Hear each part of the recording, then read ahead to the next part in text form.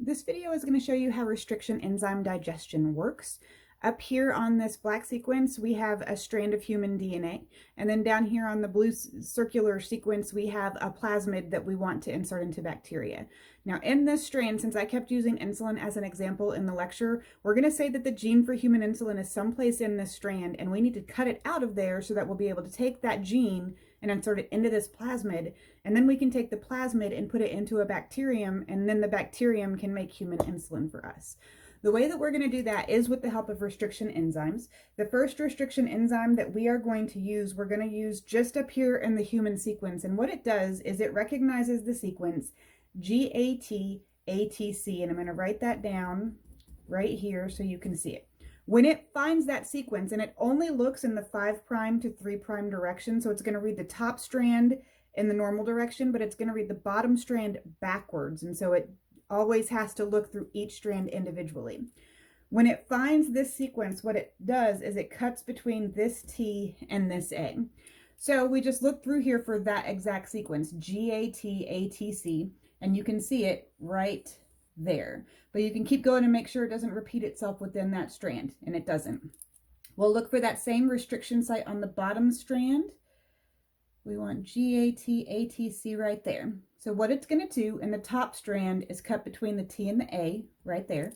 And then in the bottom strand, going backwards, it's going to cut between that same T and the A. So this creates what is known as a blunt cut. It cuts straight through the DNA. There's no sticky ends in that case. Next, we're going to cut that same human DNA with a different restriction enzyme that recognizes the sequence CTAG. So same thing, we start over here, we start reading our way around looking for CTAG. Bottom strand, opposite direction, you look for that same thing.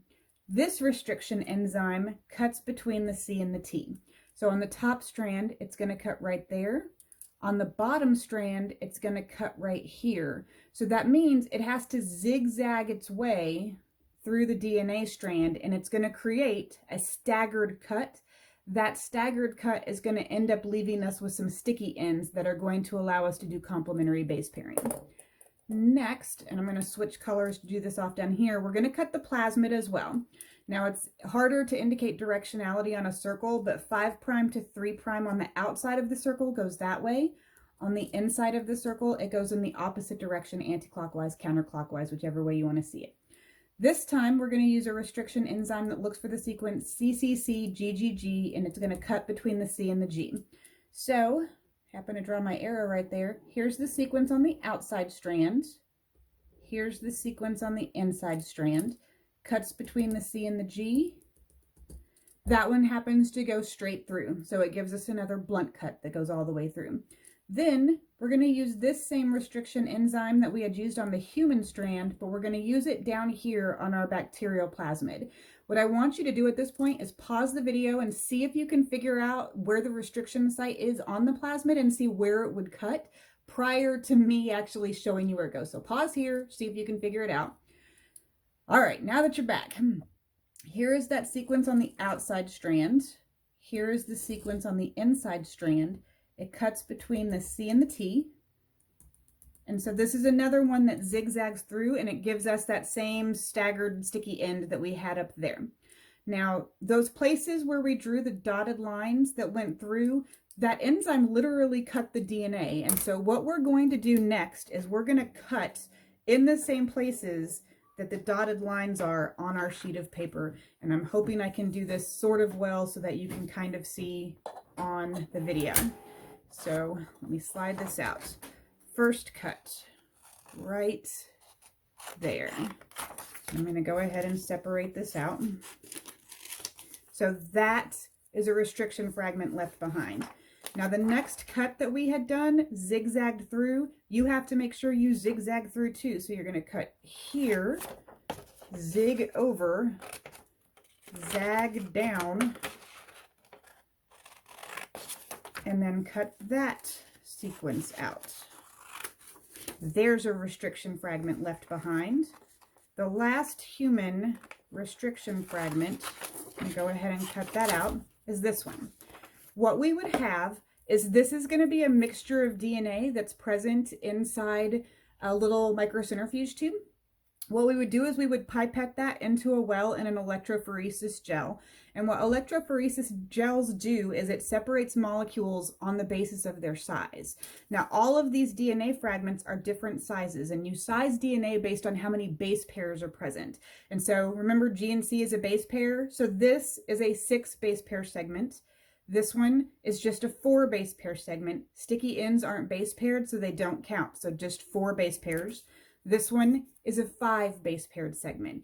As we ran this through the gel, if our well had started up here, what would end up happening is the shorter, skinnier fragments can run faster than the slower fragments, and so it would separate out, so we would end up with bands on the gel.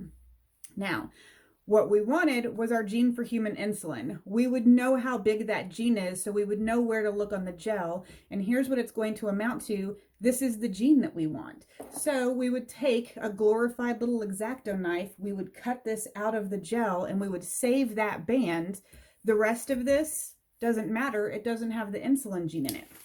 But we're still left with this plasmid off down here. So we need to cut that as well. Remember, you cut along your dotted lines, and sometimes you have to zigzag through it.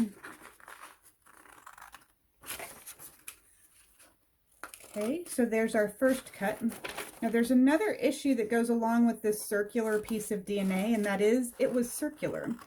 That means we're not going to end up, even though we cut it with the same number of enzymes, we're not going to end up with the same number of fragments. Let me just tidy this up for just a second. So we've got this as a segment.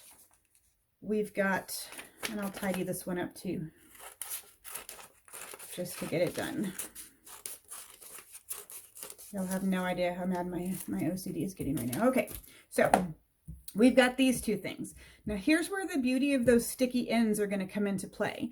We had the gene for human insulin cut out. What I want you to notice is that sticky end corresponds to the sticky end that is present in this plasmid right here. So because of the fact that they want to complementary base pair with each other, they're going to form a temporary bond.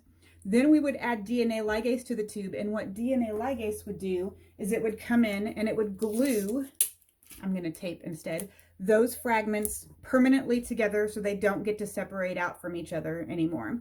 Then this would end up forming a circle again inside the microcentrifuge tube.